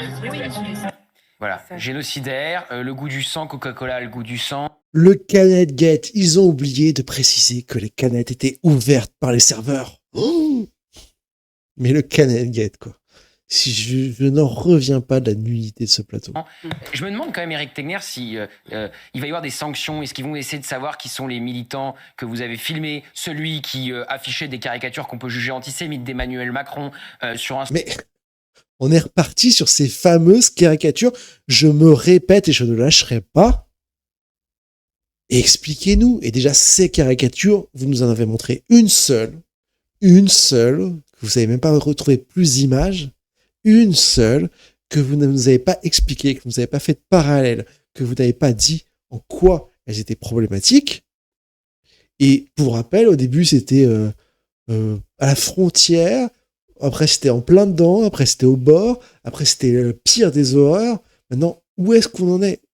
Arrêtez de sortir cet argument sans faire un minimum de travail intellectuel qu'un adulte bien portant devrait faire et que quelqu'un qui respecte intellectuellement ses interlocuteurs et lui-même devrait faire, c'est expliquer, justifier, analyser. Stand officiel, est-ce qu'il y aura des sanctions ? Est-ce qu'il y aura un mot Tu veux sanctionner quoi ? Tu vas pas sanctionner ton public. Tu vas pas sanctionner des gens, aller chercher quelle est la personne dans le public qui a dit ses propos, ou aller chercher sur le stand le mec qui a fait des propos un peu déplacés, que tu vas lui faire quoi? Tu vas lui faire la morale, le sanctionner. Qu'est-ce que tu veux faire? C'est incroyable. Et les caricatures, oui, s'il y a eu des caricatures sur des choses, sur des fascicules qui ont été vendus, il faut sanctionner, mais sanctionner quoi? Expliquez-nous ce qu'il faut sanctionner. Excuse, est-ce qu'on va reconnaître ce qui s'est passé à cette université d'été? Non, je ne pense pas. Déjà, ils vont commencer par dire... Je joue le naïf. Hein. Parce que Frontière est un média d'extrême droite, qu'on en parle sur CNews, ça veut dire que ces images n'existent pas. Non, on va pas dire que ces images n'existent pas. Depuis le début, on dit que les images, elles existent. C'est pas ça qu'on dit. Qu'on vous demande, c'est de faire un minimum de travail intellectuel, un minimum de journalisme, et pas de prendre des images directement, les coller sur votre narratif que vous aviez avant même de faire les images. C'est quand même de la folie furieuse, quoi. Oui, vous êtes d'extrême droite, Frontière et CNews sont main dans la main, vous êtes toujours ensemble, vous avez votre argumentaire, on le voit depuis le début, on ne regarde les images, on ne fait pas de discours sans regarder les images, on regarde vos images, on ne dit pas qu'elles n'existent pas, on les analyse, vos images. Donc on ne dit pas qu'elles n'existent pas, on dit que vos conclusions et votre discours n'est pas bon. Et on vous montre pourquoi il n'est pas bon et pourquoi vous ne faites aucun effort intellectuel. Que tout ça est faux. Donc il y a le déni du réel qui est absolu. Mais je veux vous dire, ils ne vont pas condamner publiquement, mais ils ne vont même pas chercher en privé à savoir qui c'est. Pour au moins se dire peut-être que la prochaine fois, il faudrait le contrôler. Non, parce que ça ne l'est... Mais contrôler quoi? Vous allez prendre un mec, là on n'a que 2 mecs, 2 personnes. Un mec dont on ne sait rien, qui est un membre du public.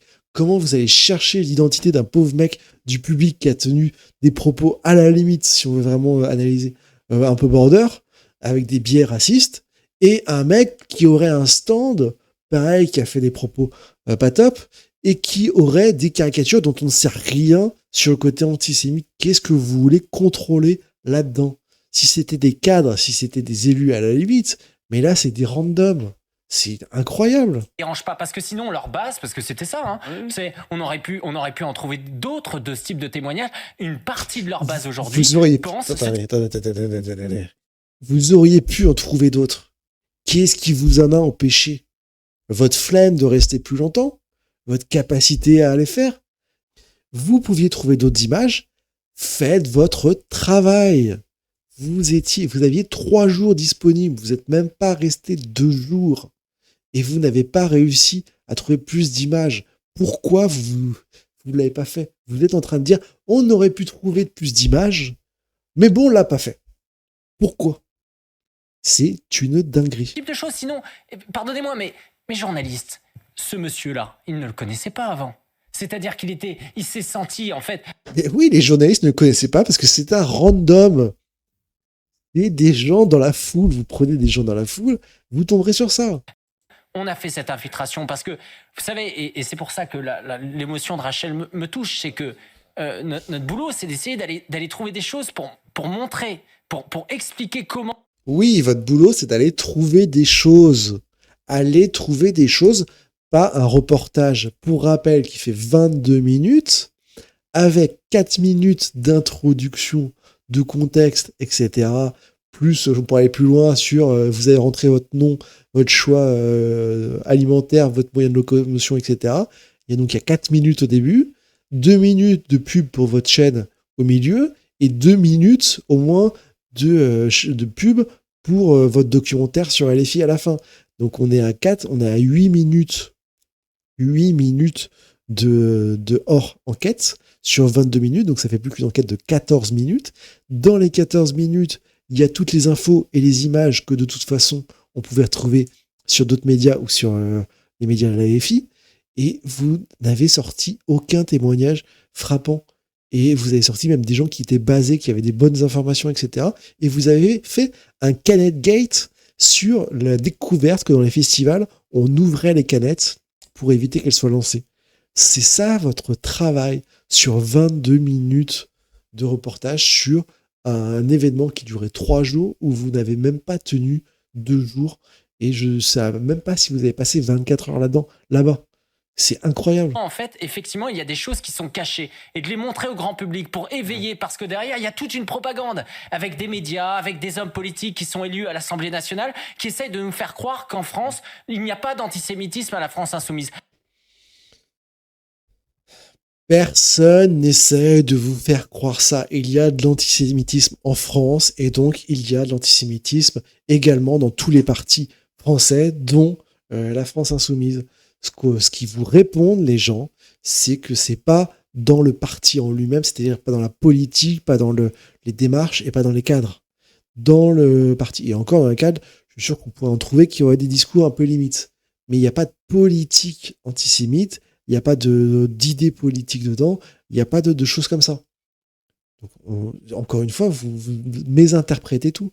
Or là, on le voit de façon extrêmement claire. Mais bien sûr que l'émotion Non, on ne le voit pas de façon extrêmement claire. de Rachel nous touche tous. Mais en plus, Rachel, c'est-à-dire que même dans votre émotion, il y avait une forme de naïveté de se dire c'est quand même pas possible d'aller jusque-là. Alors qu'on en a parlé de la France insoumise. D'aller jusque-là. Il y a eu Ilan Halimi, il y a eu des viols, il y a eu des meurtres, tout ça sur le côté antisémite. Il y a eu plein d'actes de barbarie.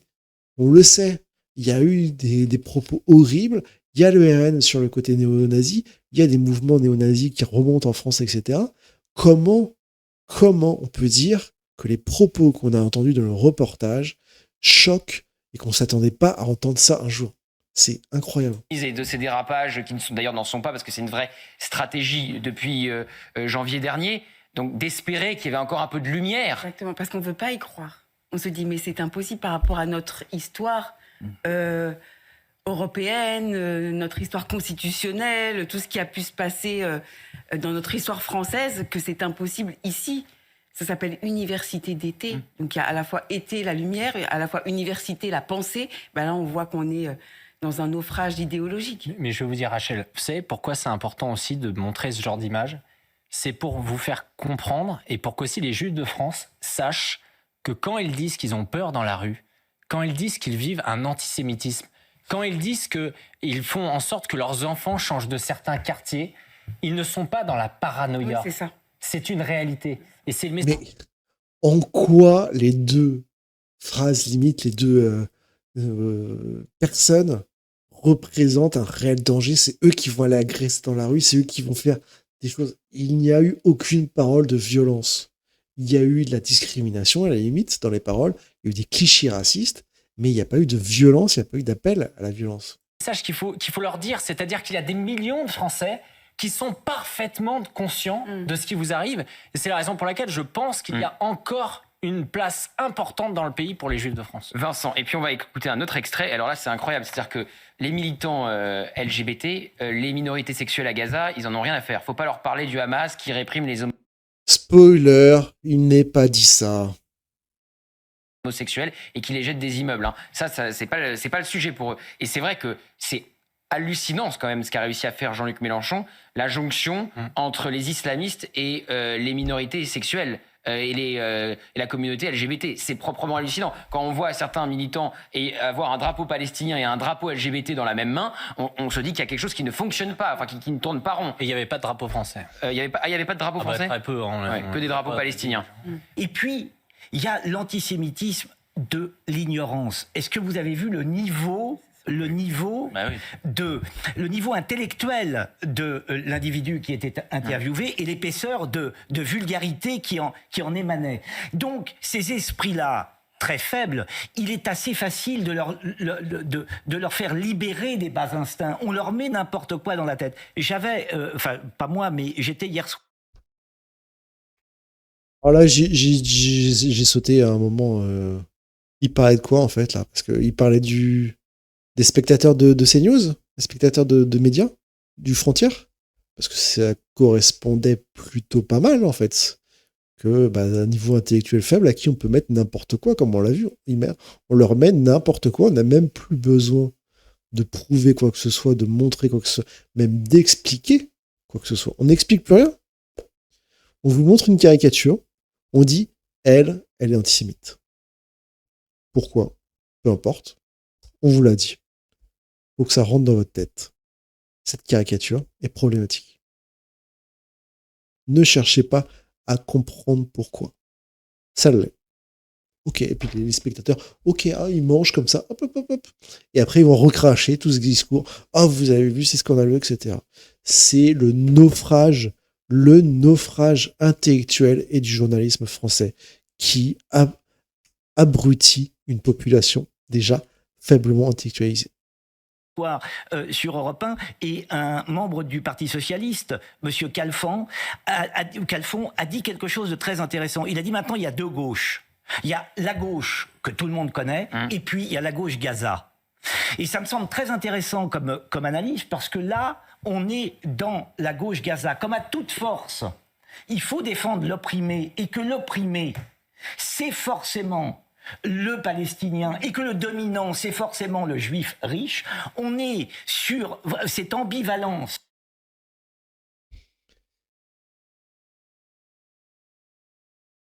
Alors, comment expliquer ça simplement à un enfant ou à un électeur d'extrême droite? Il dit que le Palestinien serait forcément, l'idéologie serait que le Palestinien serait forcément le dominé et que l'Israélien serait forcément l'oppresseur, le riche, le dominant. Bah oui, en fait. Je veux dire, quand tu as une population qui est bombardée, tous ces bâtiments sont rasés, ces structures, ces hôpitaux, etc. sont rasés. Cette population, elle est déplacée comme ça. On va dire, tu vas au nord, tu vas au sud, tu vas en bas, etc. 2 millions de personnes. Que tu as un pays qui te dit ce que tu vas pouvoir manger, qui contrôle toutes les denrées alimentaires qui rentrent dans ton territoire, qui, s'il décide, coupe le robinet de la bouffe, de l'eau, des aides humanitaires, des tentes, etc.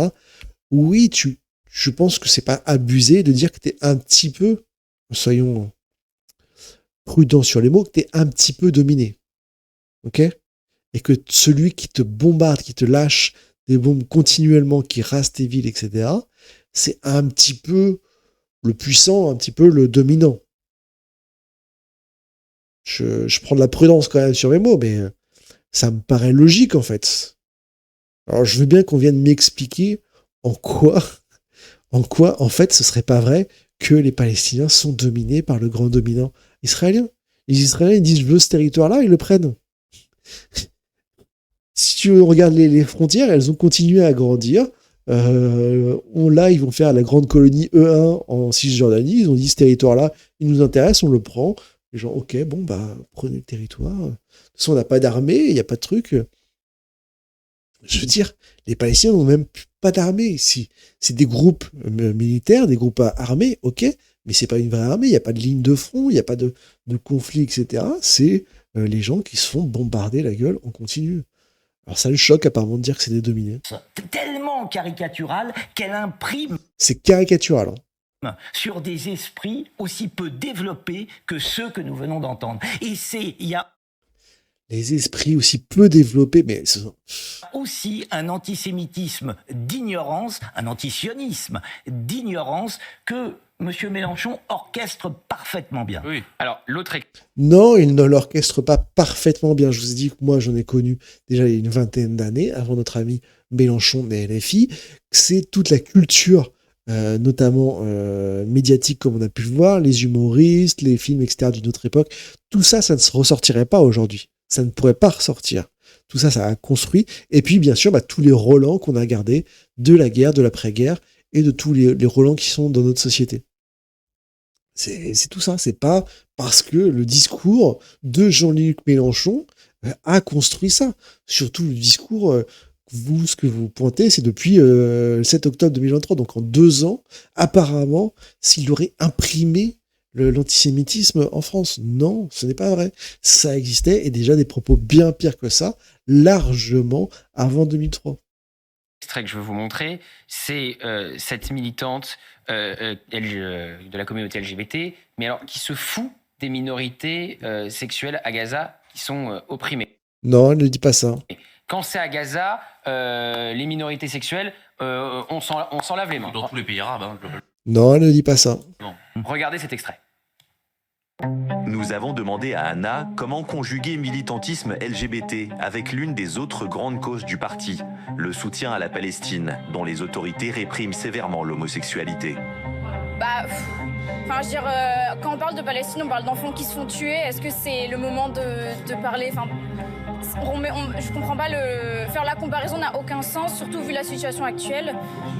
Enfin, il y a des gens qui meurent, il y a des gens qui meurent de faim, des enfants qui sont tués. On s'en fout de.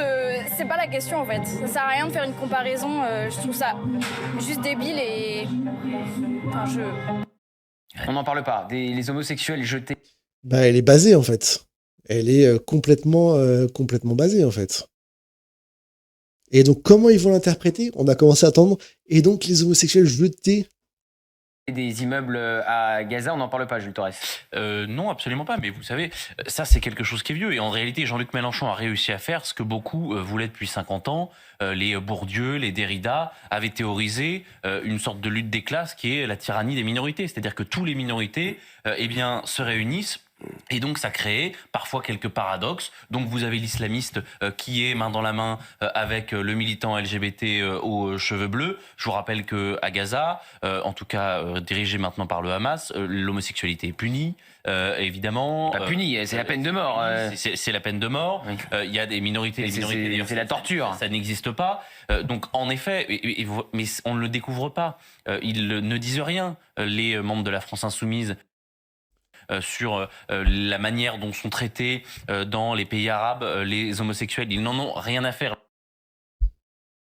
Alors, donc déjà, elle n'a pas dit tout ça, qu'elle s'en foutait. Elle a dit que ce n'est pas le sujet actuellement. Quand tu as des enfants qui meurent, ce n'est pas le sujet de parler des droits LGBT. Même les LGBT, ce qu'ils demandent en tout premier lieu, c'est de pouvoir vivre, c'est de pouvoir respirer, c'est de pouvoir manger, avant même de penser à leurs questions de genre, etc. C'est leur première. Vous les imaginez, les LGBT à Gaza qui disent ah bah non, surtout, ne nous protégez pas, ne nous défendez pas, parce que nous, à Gaza, malheureusement, il y a des gens qui nous tuent, nous torturent pour notre sexualité, etc. Donc, surtout, ne venez pas nous défendre face au bombardement israélien. Vous imaginez ça? Et tout ce qui est justement mouvement LGBT à Gaza, ils disent ne nous utilisez pas, ne nous prenez pas comme token, ne nous utilisez pas pour dénigrer toute la cause palestinienne. Ça les choque d'être utilisés comme ça, parce que, encore une fois, les bombes israéliennes, la famine n'est pas sélective, elle ne va pas cibler uniquement les gens qui ne sont pas LGBT, elle va tuer tout le monde, indifféremment. Donc la première chose à régler, c'est ces problématiques de génocide. Ok ? Et surtout que tous ceux qui utilisent cet argument des LGBT qui seraient maltraités à Gaza, ils l'utilisent dans quel but? Pour dire arrêtez de défendre la cause palestinienne, arrêtez d'en parler, qu'on les oublie, etc. Donc c'est pas parce qu'eux-mêmes sont intéressés par cette cause-là, c'est parce qu'ils veulent qu'on arrête de défendre ces populations. Donc c'est quand même un cheminement de pensée qui est ouf. Non mais c'est la folie quoi. Et surtout ils commencent par dire que les homosexuels seraient jetés du haut des toits dans le vide. Bah, Israël a réglé le problème puisqu'ils ont rasé tous les bâtiments. Donc maintenant problème résolu, hein, j'ai envie de dire. Tu vas pas jeter du haut d'un caillou d'un centimètre ou de débris. Alors ça c'était la solution en fait. Pour lutter contre l'oppression que subiraient les LGBT à Gaza, bah Israël est à la pointe de la lutte. Ils ont rasé tous les bâtiments. On ne peut plus jeter du haut des bâtiments les homosexuels. C'est une dinguerie comme cheminement de pensée. Bien sûr qu'on doit, quand tu fais la convergence des luttes, tu n'es pas d'accord avec tout. Tu n'es pas défendre tout ce que peut défendre celui qui est à côté de toi. Mais tu as une cause commune qui est plus importante que tes lutte individuelle. Et là, la cause commune, c'est la vie, la préservation des enfants, de la vie humaine, qui est primordiale par rapport à toutes les autres luttes. Le premier objectif, c'est de garantir la survie. C'est ça qui est fait. Et que même tout ce qui est homophobie, même meurtre d'homosexuels, ne méritent pas la peine de mort. Ok ? On ne fait pas la peine de mort en France, c'est pour une raison. Et tous les pires homophobes, je ne leur souhaite pas de subir le sort des Gazaouis. Il faut bien comprendre ça. On est humain, c'est parce qu'on est humain. On n'est pas des petits robots dans leur fauteuil à analyser ça, etc. Et encore une fois, le plus important, c'est que ça ne les intéresse pas, la cause des LGBT à Gaza. D'ailleurs, les LGBT en France, ils sont contre eux. Ils disent qu'ils ne doivent pas avoir de droits, etc. Ils luttent contre ça. Mais par contre, comme de par hasard, à Gaza, il faudrait qu'on en parle. C'est une folie. Israël, ils veulent l'extermination et la destruction d'Israël.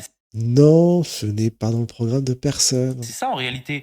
Quand M. Delogus fait un tatouage de la Palestine qui omet complètement de la carte Israël, c'est quoi sinon la volonté de détruire Israël? Bon, bah c'est très simple. Ça, j'ai pas suivi.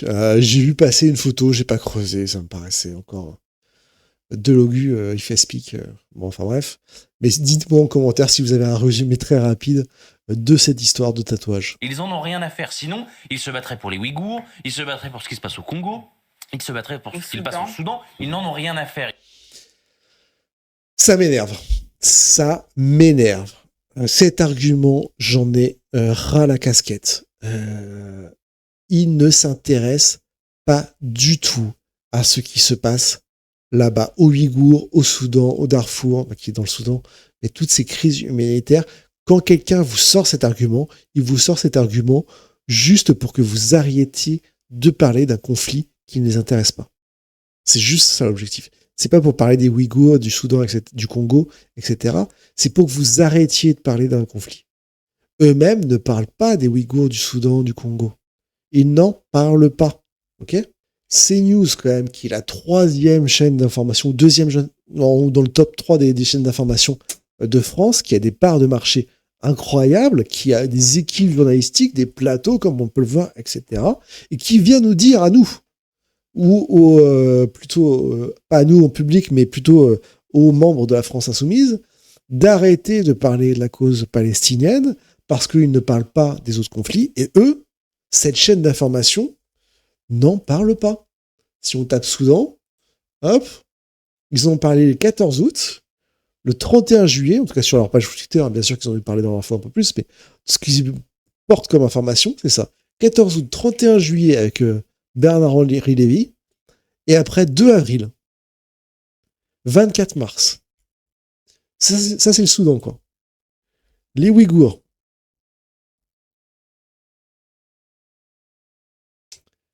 7 octobre, si j'enlève le S.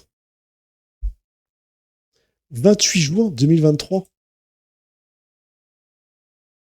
Ça me paraît quand même avec un S. 7 octobre 2024. 29 mai 2022. Et encore, 29 mai 2022, c'est ambassadeur de Chine qui vient dire « J'ai pas vu de reportage à ce sujet, ils n'ont pas été internés. Ils sont dans des centres d'éducation, de formation professionnelle, ce sont des stagiaires. » 24 mai 2022. C'est une dinguerie. Les gens qui vous disent, qui vous parlent de ces conflits, c'est pour que vous arrêtiez d'en parler d'un autre, et c'est pas pour que vous parliez des autres. Il faut parler de tous les conflits, évidemment, mais c'est difficile d'en parler, d'être sur tous les fronts à la fois. Et c'est les médias, notamment, qui disent l'information. C'est CNews qui dit aujourd'hui, on va vous parler de telle chose. Quand ils invitent des politiques, c'est eux qui dirigent les questions. C'est eux qui disent ça, tel sujet va être important. Et eux viennent se plaindre qu'on ne parle pas assez des conflits. Moi, j'ai fait une vidéo. Vous pouvez retrouver sur ma chaîne, sur le Soudan, pour parler de tout le contexte de ce conflit, pour tout comprendre sur ce conflit, l'atrocité de ce conflit, et pourquoi il y a aussi peu d'écho dans les médias, dans la vie publique. Actuellement, on essaie d'analyser les différentes causes de ça. Donc, n'hésitez pas à aller donner de la force à cette vidéo. Ça m'a demandé beaucoup de travail. Ça a été très compliqué. C'est un sujet qui est important de garder en tête là-dessus. Mais il ne faut pas se servir de ces sujets-là pour invisibiliser d'autres.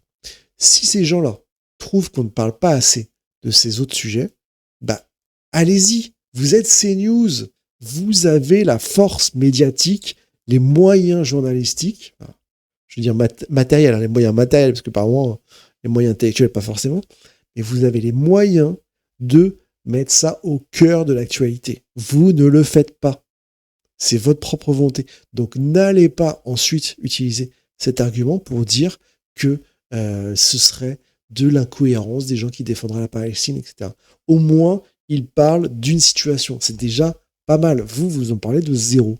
Donc, faites le travail à votre tour et allez nous parler du Soudan, du Congo et des Ouïghours. Ils veulent s'en prendre à Israël et aux Juifs. C'est aussi clair que ça. La haine du policier dans les rangs de la France Insoumise. Vous voyez cet extrait, même chose, vous interrogez, alors il pense que c'est une discussion comme ça à bâton rompu entre militants, un militant LFI sur l'affaire Naël. Au diapason avec son leader, ce jeune insoumis nous explique son point de vue sur le sujet, en donnant pour exemple un résumé très subjectif de l'affaire Naël. Oui, la police tue. Il y a l'exemple de Naël. Finalement, on a vu que... Alors là, je retire tout ce que j'ai dit sur la pertinence du reportage. On a fait des images vraiment d'une violence incroyable. C'est Chaussettes. C'est Chaussettes, c'est un nom catégorique. Moi, ça me choque. Je suis désolé, c'est vraiment des images fortes qui nécessitaient vraiment cette infiltration. Je présente toutes mes excuses à Frontières. Heureusement qu'on a eu ce reportage pour vraiment voir cette faute de Chaussettes. Je suis désolé. Parce qu'il était dans un véhicule en mouvement, ça suffit d'après la loi pour justifier qu'un policier tire et tue. Voilà, un véhicule en mouvement. Alors un véhicule en mouvement... Pour lui, c'est un véhicule en mouvement, l'affaire Naël. C'est tout. C'était ça, parce que vraiment leurs images choquent. 50 km/h dans les rues de Nanterre, qui a failli, je sais que ça vous est cher, bousculer, enfin prendre sur un passage piéton quelqu'un qui avait une poussette. Voilà. C'est quelqu'un qui était absolument dangereux, qui malgré voiture volée, sans permis, voiture volée, qui est immatriculée en Pologne. Donc voilà, c'était pas. Donc ça justifierait en fait. C'est voiture volée, pas de permis. Qu'avant, il y a eu des risques, ok, mais là, ce qu'on parle, c'est au moment donné. Et le moment donné, c'est une voiture en mouvement qui a justifié un tir. Alors, on peut avoir des débats sur est-ce que c'était légitime, etc. Mais là encore, leur analyse est pétée au sol, est éclatée au sol, quoi. C'est incroyable. Le saint de l'année, on regrette tous sa mort. Ce qui lui est arrivé n'est pas normal. En revanche, il y a un juge qui va être là pour ça. Et on n'est pas obligé de faire comme le président de la République, de faire le procès avant l'heure. Et sur les profils, ce jeune disait faire de la socio, ça en dit long. Mais attendez.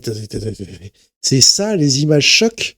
C'est ça, vraiment, les grosses révélations. Encore une fois, appelez-moi Frontières, je vous aurais dit ça, même sans connaître les instances LFI, même sans fréquenter les militants LFI, je vous l'aurais dit avec ma très faible connaissance du paysage politique. C'est incroyable, ces images d'une grande violence qu'on vient de voir, ce discours d'une grande violence, je parle surtout des Chaussettes, je vous l'aurais dit, on dirait que c'est une révélation incroyable. C'est hallucinant. Quand même sur ces profils. Ah bah ça, je veux bien croire que... Ah bah il y en a un paquet. Voilà, c'est ça, il y en a un paquet en sociaux. Oui, en Vous avez sociaux. la réponse à la question. Ah bah voilà, ils sont... Mais oui, c'est des étudiants en sociaux. Et je vous promets, parce ça c'est extraordinaire. On en avait tous dans nos classes. Quand vous avez un étudiant très, très moyen... qui sait pas quoi faire, vous le mettez en sociologie. Moi, je suis Alors la sociologie, c'est extraordinaire. Qui va être utile pour les années qui viennent. Oui. Sociaux, on en a besoin. Je suis pour la suppression de la sociologie à l'université. Vraiment un sketch, une imitation d'un plateau télé. Je n'arrive pas à prendre au sérieux ce plateau qui est pour moi plus proche d'un sketch, d'une comédie, d'une caricature en fait. Non mais c'est... Non mais excusez-moi, la sociologie c'est un panier à militants LFI, évidemment. Évidemment. Ça fera moins de chômage. Mais je vous promets... Le PMU. En revanche, parce que vous avez vu, on a flouté les visages. L'objectif n'était pas du tout de les cibler, etc. C'était important, même si on sait qu'LFI fera pas le travail. Mais je vous promets, Gauthier, que si je le vois dans 5 ou 10 ans comme chroniqueur de France Inter, je vous dirai que c'était lui. Parce que les sociaux, en règle générale, ils ont quand même table ouverte chez France Inter. Mais là où c'est très intéressant, c'est qu'il n'y aura aucune reprise de nos confrères journalistes. Mais c'est... Ben non, aucune reprise, puisqu'il n'y a rien, il n'y a pas une information. On a fait tout le réac de tout le reportage ensemble, allez voir la vidéo, on l'a vu en entier, le reportage. Là, on a fait avec vous toute l'émission. Il n'y a aucune information à reprendre. C'est une mine, le long format. Une mine, c'est une mine, le grand format. Il n'y a rien du tout. Quand même que ce sont les mêmes journalistes qui vont chercher une amende qu'aurait pas payé un militant du Rassemblement national il y a 30 ans pour le purger aujourd'hui. Une place de parking d'Éric Ciotti, non mais on en est là. Sans prendre à la maman d'Éric Ciotti aussi, ils sont là. Mais par contre, pour aller regardez ce que vous avez trouvé. Je sais même pas si j'ai besoin de commenter ça. Je ne sais même pas si j'ai besoin de commenter ça. Sur quoi ils font des comparaisons, etc. Bientôt, on va nous dire les assistants parlementaires, là, tout sur quoi le RN est jugé, c'est un peu abusé par rapport à la gravité des informations qu'on a eues là. C'est incroyable. Oui, non mais 2 secondes. Imaginez la même chose lors d'une université d'été du RN. Ah, mais là, avec les mêmes militants. Votre téléphone, il sera en train de bouillir. Ah, voilà. C'est une évidence. Mais le nombre de fois où des magazines comme Quotidien, etc., sont allés dans des files d'attente de meetings RN ou dans des rassemblements RN, ont pris des paroles 10 fois pires. 10 fois pire. Et en pleine journée, pas le soir quand ils étaient détendus, etc., en pleine journée, on a eu des discours 10 fois pires.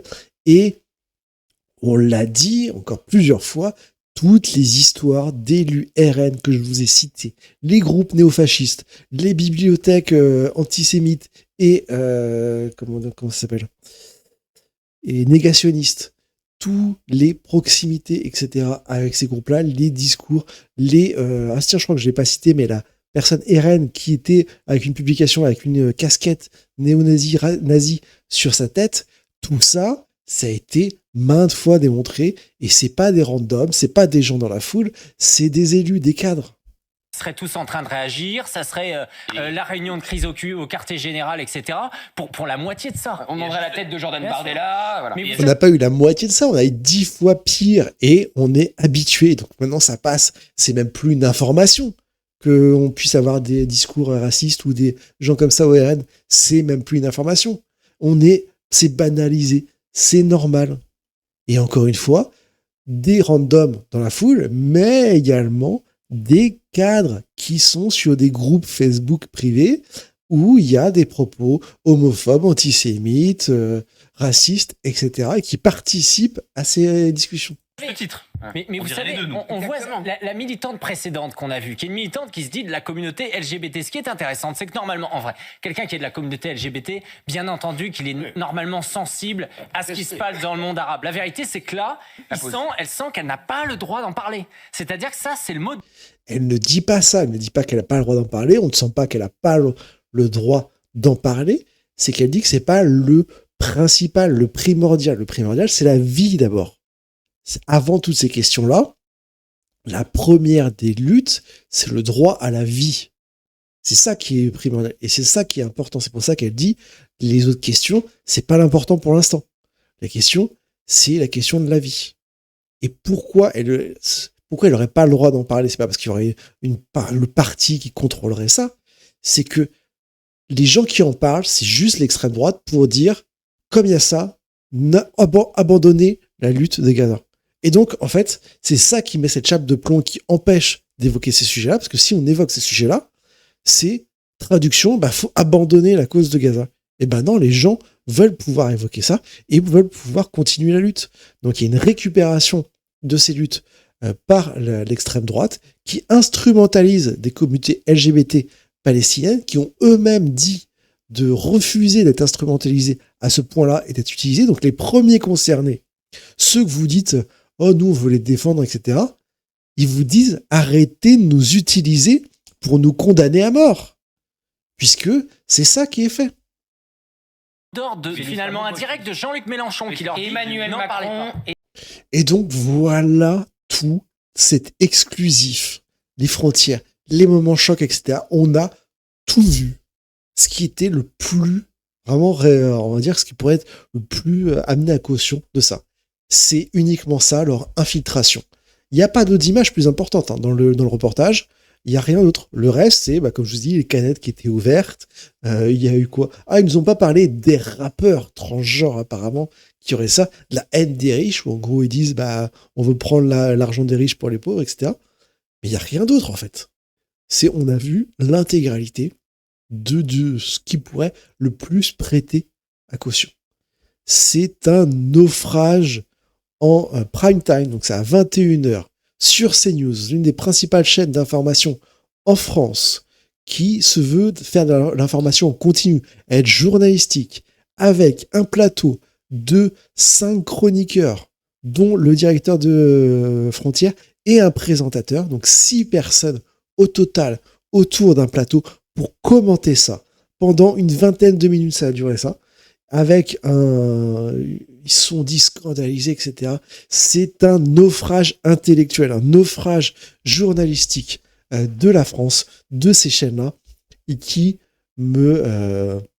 m'attriste au plus profond, qui m'énerve, m'attriste, me fait peur quant au développement intellectuel de la population, puisque ça relève bien des gens qui ne se posent même plus de questions, qui ne veulent même plus d'arguments, qui ne veulent même plus de développement logique, comme on l'a vu, et je me répète encore, sur les fameuses caricatures.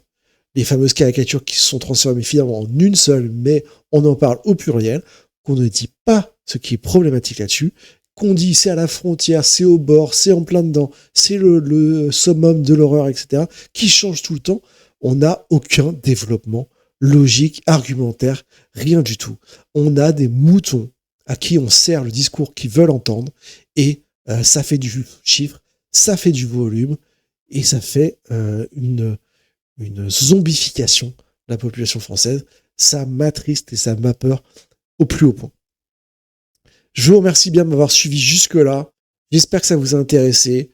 Je sais pas si j'ai tout dit, mais vraiment, il y avait tellement de choses à dire sur, finalement, du néant. C'est ça qui est affolant. Sur du néant, on a tellement de choses à dire. N'hésitez pas à me donner votre avis en commentaire, à soutenir cette chaîne en vous abonnant, en laissant un pouce bleu, et à regarder les autres vidéos, notamment toute la playlist sur Frontières. Frontières qui est un vrai phénomène de société parce que ça prend de l'ampleur, ça porte ouverte sur CNews, ça va sortir sa radio en septembre, et ça fait de plus en plus de vues sur YouTube et sur leurs médias. C'est vraiment la pire des catastrophes. Également, n'hésitez pas à soutenir vraiment ma vidéo sur le Soudan.